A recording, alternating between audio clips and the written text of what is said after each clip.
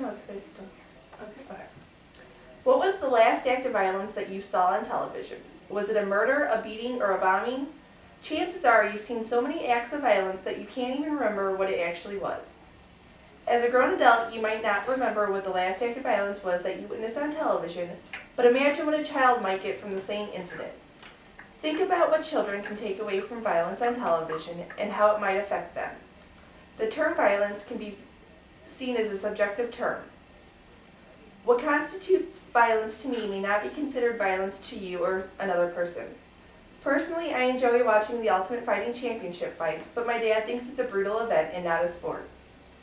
There are many factors that deal with what people feel should or should not be viewed on television.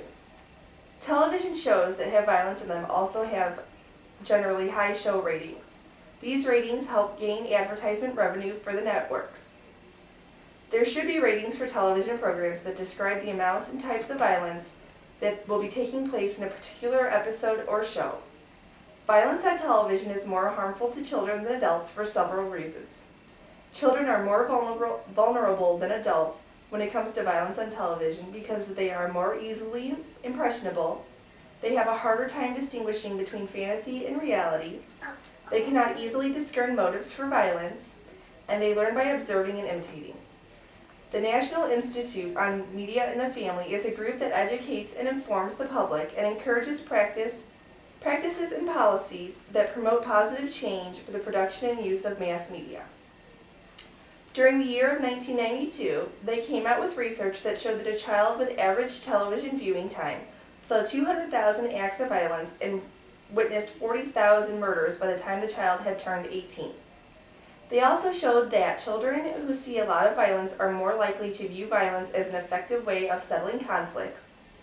Children exposed to violence are more likely to assume that acts of violence are an acceptable behavior. Viewing violence can lead to emotional desensitization towards violence in real life. It can decrease the likelihood that one will take action on behalf of a victim when violence does occur. That entertainment violence feeds a perception that the world is a violent and mean place, and that viewing violence increases fear of becoming a victim of violence with a resultant increase in self-protective behaviors and in mistrust of others. According to William Bennett, the author of the Index of Leading Cultural Indicators, between 1992 and 1995, the amount of television violence involving gunplay rose 334%.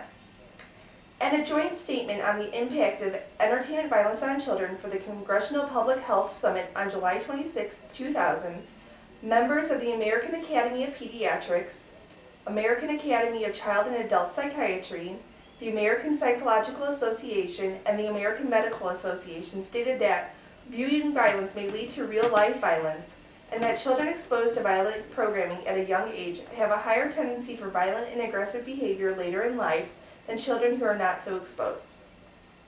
While it isn't completely clear how much effect that watching violence on television has on children, it is clear that it does at least have some impact on them. We know that violence on television, shows, and in movies, and that children of this country need to be protected from it. While not all violence can be horrible to a child, that amount a child will see is an extremely large amount. If there are limits as to how much children can be exposed to commercials during children's programming, there should also be limits to how much violence can be shown on television. To help with monitoring what is on television shows, the Federal Communications Commission now have TV parental guidelines in place to allow parents to know what the shows are rated and what age guideline it is appropriate for. While these are voluntary ratings, there are stations that currently use them. TVY stands for Suitable for All Children. TVY7 means that it is suitable for children ages 7 and above. TVY and TVY7 are solely in place for children's shows. TVG means that it is suitable for the general audience, while TVPG means that there may be material that parents would find unsuitable for young children. TV14 means that there is material unsuitable for the age of children under 14, while TVMA stands for material that is unsuitable for children under the age of 17. While these ratings are helpful, it does not rate the show based on the amount of violence that there actually is in the show. It rates them purely on age appropriateness. In this day and age, shows that are rated TV 14 would never have been rated that when I was 14.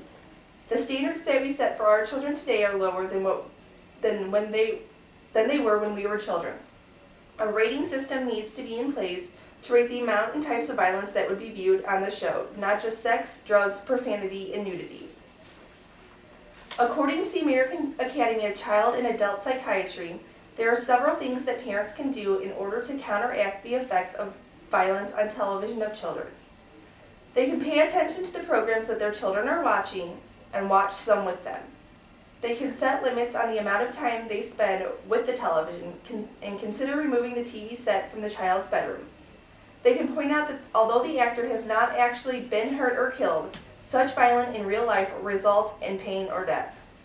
They can refuse to let the child see shows known to be violent and change the channel or turn off the television set when offensive material comes on with an explanation of what is wrong with the program.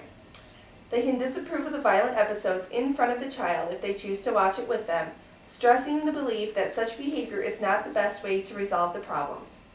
And they can also offset peer pressure among friends and classmates by contacting other parents and agreeing to enforce similar rules about the length and type of program that the children may watch. While there may not be much that you alone can do to stop violence on television, you can protect your own child and any children who may watch television in your home. Doctors recommend no television time for children under the age of 2, and only 1 to 2 hours for children ages 2 and up. The programming for ages 2 and up should be age appropriate also. There needs to be a limit on the amount of violence that children view. Viewing 200,000 acts of violence before a child turns 18 is an extraordinarily large number and could be greatly reduced with a little effort on an adult's part. If a rating systems were in place that involved rating the violence, it would be a huge step in the right direction to help reduce that number.